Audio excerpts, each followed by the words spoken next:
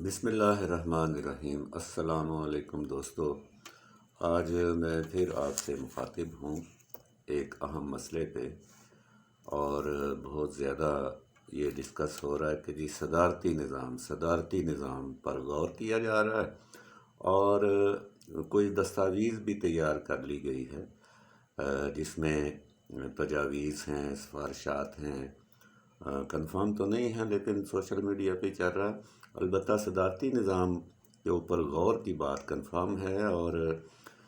ابھی 3-4 دن پہلے ہی بلاول بھٹو صاحب نے یہ کہا کہ اگر صدارتی نظام لایا گیا تو ملک ٹوٹ جائے گا، اور اس پہ آج ہم بات کریں گے کہ یہ صدارتی نظام کا جو غلغلہ ہے اور یہ جو ڈول ڈالا جا رہا ہے مینلی حکومت کی طرف سے اور عمران خان صاحب کی طرف سے، اس کی کیا حقیقت ہے اور اصل میں اس کا پس منظر کیا ہے۔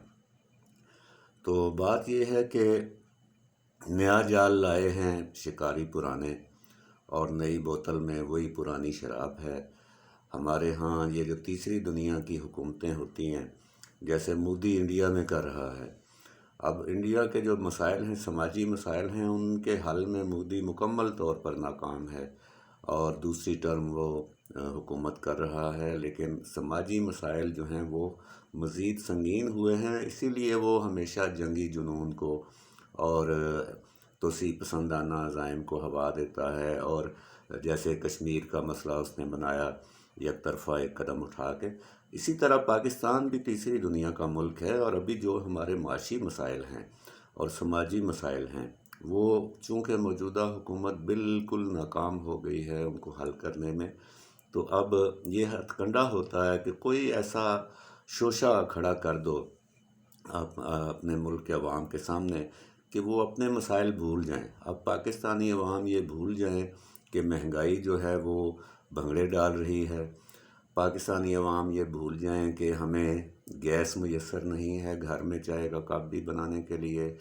اور پاکستانی عوام یہ بھول جائیں کہ سارا دن بجلی بند رہتی ہے روزانہ، پنڈی جیسے شہر میں بھی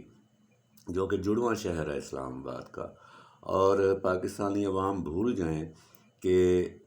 آئے روز یہ منی بجٹ جو ہیں، اصل میں تو میگا بجٹ ہیں،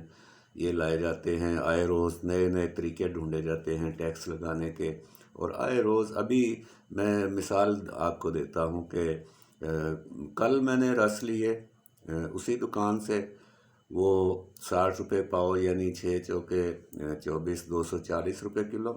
اور آج وہی رس جو ہے وہ 280 روپے کلو ہے، یعنی 40 روپے 1 کلو کے پیچھے بڑھ گیا ہے۔ یہ ایک مثال ہے فقط۔ تو جب ایسے مسائل ہوتے ہیں، حکومتیں ناکام ہو جاتی ہیں، وعدے پورے نہیں کر سکتی، تو پھر وہ اس طرح کے شوشے چھوڑتی ہیں، جیسے ہمارے ہاں اب صدارتی نظام کا شوشہ چھوڑا گیا۔ یہ شوشہ ہے، اور اسی لیے میں نے اس کو کہا نیا جال لائے ہیں شکاری پرانے، اور یہ اس طرح کی حکومتوں کا ہتھ کنڈا ہوتا ہے۔ بات یہ ہے کہ صدارتی نظام بھئی آپ نے کوئی ایگزیکٹو آرڈر سے تھوڑی جاری کرنا ہے، یہ وزیر اعظم صاحب جو ہیں وہ ادھر سے ایک وہ نوٹیفیکیشن جاری کر دیں گے تو ہو جائے گا، یہ ایسا نہیں ہے۔ عمران خان صاحب کو شروع سے یہ غلط فہمی تھی کہ وزیر اعظم جو ہے اس کا کام بس حکم جاری کرنا ہوتا ہے، وہ حکم جاری کرتا ہے اور وہ کام ہو جاتا ہے، اس طرح نہیں ہوتا۔ صدارتی نظام کیسے لائیں گے بھئی؟ پہلی چیز تو آپ یہ سمجھ لیں کہ اگر صدارتی نظام آ جاتا ہے، اگر جس کا کوئی امکان نہیں ہے، تو اس میں 18ویں ترمیم بھی ختم ہو جاتی ہے، آئین ہی پورا ختم ہو گیا، 18ویں ترمیم بھی ختم ہو جاتی ہے جو صوبوں کو خود مختار بناتی ہے، اور پھر اس میں جب 73 کا آئین ہی نہیں ہوگا جو پارلیمانی نظام جس کے تحت چل رہا ہے، تو پھر ختم نبوت جو ہے وہ قانون بھی ختم ہو جائے گا، اور جو ناموس رسالت کا قانون ہے وہ بھی ختم ہو جائے گا، اور قادیانی جو ہیں وہ دوبارہ مسلمان تصور کیے جائیں گے۔ ایک تو یہ بات آپ نوٹ کر لیں۔ یہ مثال ایسے ہی ہے کہ ناچ نہ جانے آنگن ٹیڑھا، A bad worksman quarrels with his tools always۔ اور عمران خان صاحب کے حوالے سے تو بہت عرصے سے مذاق بنا ہوا ہے کہ مجھے فلاں چیز بھی اچھی نہیں ملی، مجھے فلاں چیز بھی اچھی نہیں ملی۔ اب وہ ایک نیریٹو بنا رہے ہیں کہ پارلیمانی نظام جو ہے اس میں ہم ڈیلیور نہیں کر سکتے اور اس میں ملک میں بہتری نہیں آ سکتی، اور پارلیمانی نظام کی جگہ صدارتی نظام ہونا چاہیے۔ صدارتی نظام سے ان کو کسی نے یہ بتایا ہے یا ان کو خواب آیا ہے کہ بھئی صدر جو ہے وہ آل ان آل ہوگا، اس کو کسی کے سامنے وہ جواب دے نہیں ہوگا، وہ جو حکم جاری کرے گا اس پر عمل ہو جائے گا۔ وہی غلط فہمی ہے ان کی، جو کہ بالکل ناممکن ہے۔ اچھا، آپ صدارتی نظام کیسے لائیں گے بھئی؟ کیا آپ پہلی چیز تو یہ ہے کہ اگر طریقے سے لاتے ہیں تو وہ پھر اسمبلی میں پارلیمنٹ میں لانا پڑے گا قانون، اور جو بل لانا پڑے گا،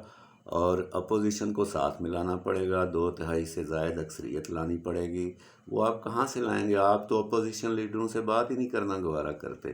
تو یہ تو بالکل ناممکن چیز ہے۔ اچھا، اب کہا جا رہا ہے جی ریفرینڈم کرایا جائے گا۔ اب ریفرینڈم کی جو حیثیت ہوتی ہے وہ بھی ہم سب جانتے ہیں۔ ماضی میں جو ریفرینڈم ہوئے، جو مشرف صاحب نے ریفرینڈم کرایا، اس پہ تو عمران خان صاحب خود کئی بار تنقید کر چکے ہیں اور اس کے مخالف رہے ہیں۔ ضیاء الحق صاحب نے جو ریفرینڈم کروایا وہ اس پہ تھا کہ کیا آپ ملک میں اسلامی نظام کا نفاذ چاہتے ہیں؟ اگر آپ نفاذ چاہتے ہیں تو پھر ضیاء الحق صاحب کو ووٹ دیں۔ اب یہ بڑی ہی ایک عجیب و غریب سی بات تھی، مشروط کر کے۔ اب کون سا پاکستانی مسلمان ہے جو یہ کہے گا کہ ہم نہیں جی، ہم اسلامی نظام کا نفاذ نہیں چاہتے؟ تو اسی طرح اب یہ ریفرینڈم کی بات ہو رہی ہے۔ ریفرینڈم ہوگا تو دیکھا جائے گا ویسے،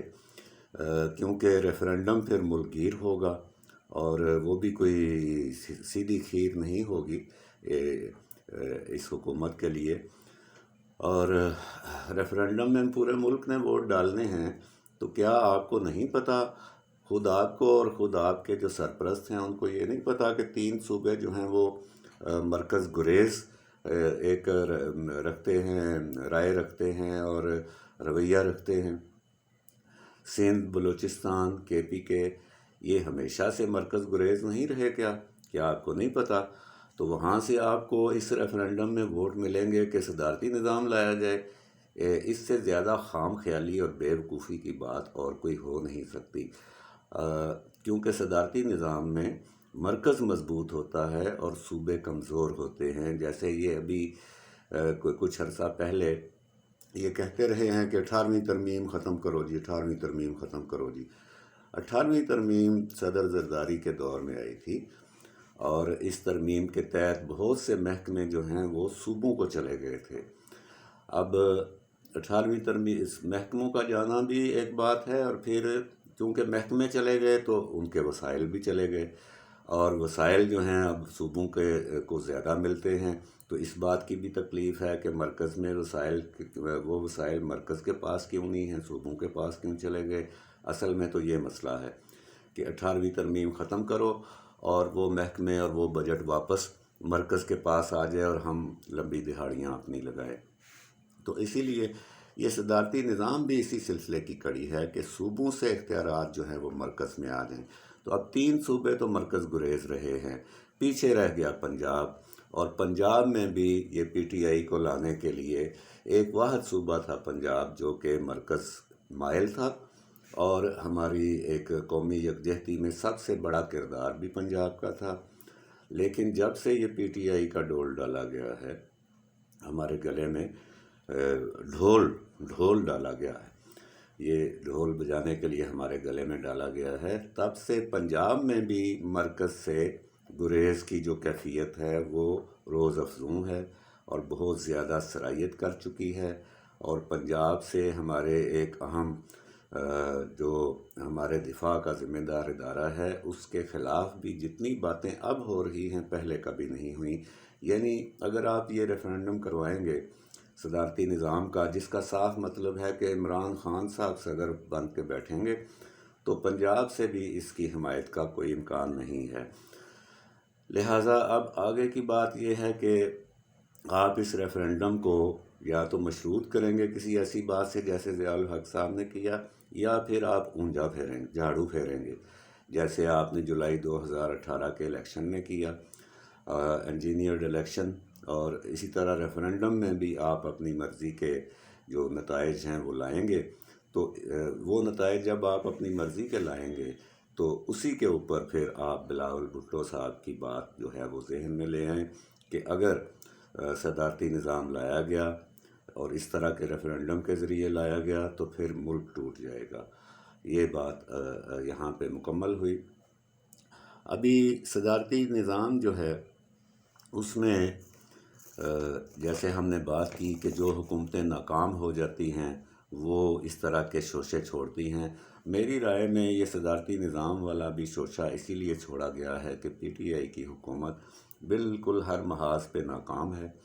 اور وہ اب چاہتی ہے کہ نئے نئے شوشے چھوڑ کے، ایک شوشہ چھوڑا اس میں 2 مہینے گزارے اور پھر ایک نیا شوشہ لے آئے، اس میں پھر 2 مہینے نکال لیے، اور ٹی وی چینلوں کو چونکہ بیورو چیف جو ہیں ان کو ایک میسج چلا جاتا ہے کہ آج آپ نے اس پہ پروگرام کرنا ہے، تو وہ ملک میں بس وہ شروع ہو جاتے ہیں۔ اور جب ٹی وی چینلوں پہ یہ سارا سلسلہ چلتا ہے تو عام آدمی بھی سمجھ لیتا ہے کہ شاید یہی ملک کا ایک بڑا مسئلہ ہے۔ ملک کا یہ کوئی مسئلہ نہیں ہے۔ پارلیمانی نظام 1973 کے آئین کے تحت پورے ملک کی جو قومی قیادت تھی اور اس کا تسلسل ابھی تک موجود ہے، وہ سب یکجا ہوئے تھے، اور 1973 کے آئین کا مطلب یہ ہے کہ اس سے 2 سال پہلے ملک ٹوٹا ہوا تھا، اور ملک ٹوٹنے کے بعد باقی ماندہ ملک کو اکٹھا رکھنے کے لیے قومی یکجہتی ایک بنائی گئی۔ وہ قومی یکجہتی ہمیں ملی 1973 کے آئین میں، جس میں تمام قسم کی سیاسی پارٹیاں، وہ سیکولر تھیں، وہ دینی تھیں، وہ نیشنلسٹ تھیں،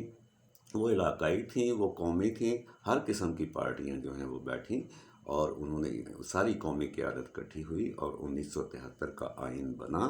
اب اس کو آپ مزید چھیڑ چھاڑ کریں گے تو آپ ملک کو نقصان پہنچائیں گے، اپوزیشن کو کوئی نقصان نہیں پہنچے گا۔ عوام آپ کو بھگت چکے ہیں، 3.5 سال، مزید 1.5 سال بھگت لیں گے آپ کو، اور لیکن اس کا نقصان آپ کو ہوگا اور ملک کو ہوگا۔ اب آپ کو لانے والوں کا یہ فرض ہے کہ وہ یہ دیکھیں کہ اب تک جتنی شرارتیں ہو چکی، یہ ویڈیو لیک ہو رہی ہے، آڈیو لیک ہو رہی ہے، اور تماشے ہو رہے ہیں ملک کے ساتھ، اب یہ تماشے ختم کرنے ہوں گے۔ اب آپ کا چل چلاؤ ہے، ابھی چند مہینے بعد الیکشن کا سال آ جائے گا، آخری سال آپ کا، طریقے سے چلیں،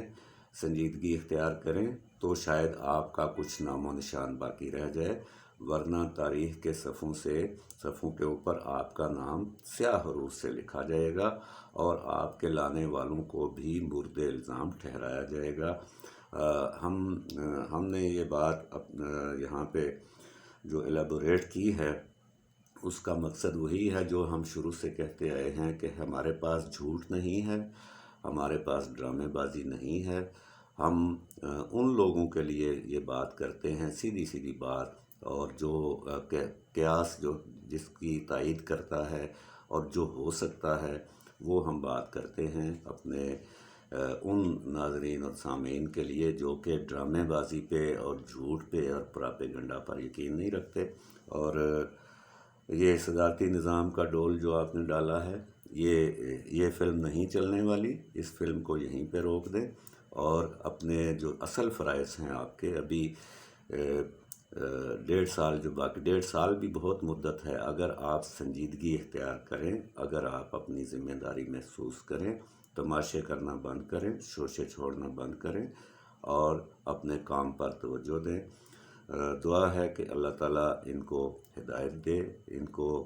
سیدھے رستے پہ لائے، جیسے وہ ہر تقریر کے سے پہلے کہتے ہیں ایاک نعبد و ایاک نستعین۔ تو اللہ کرے کہ اللہ آپ کو سیدھے راستے پہ لائے، اور آپ اس ملک کے عوام سے انتقام لینا بند کریں۔ آپ جن کو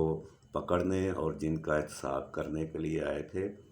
وہ آپ کے ہاتھ نہیں آئے اب تک، اور وہ آپ کے سینے پر بیٹھ کر مونگ دل رہے ہیں، اور آپ اس کا انتقام عوام سے لے رہے ہیں۔ بجلی مہنگی کر کے، پیٹرول مہنگا کر کے، اشیاء روزمرہ کی استعمال کی اشیاء مہنگی کر کے، یہ چیزیں جو ہیں یہ آپ کو کہیں کا نہیں چھوڑیں گی۔ آپ کے خود اپنے الیکٹیبلز جو ہیں وہ آپ کے خلاف پارلیمنٹ میں بولنا شروع ہو گئے ہیں، آپ کے اپنے جو حکام ہیں وہ آپ کے خلاف گواہیاں لا رہے ہیں۔ لہٰذا ابھی بھی وقت ہے، اپنے آپ کو درست کریں اور پاکستانی عوام کو کوئی ریلیف فراہم کریں۔ آج کے لیے اتنا ہی۔ اللہ نگہبان۔ پاکستان زندہ باد۔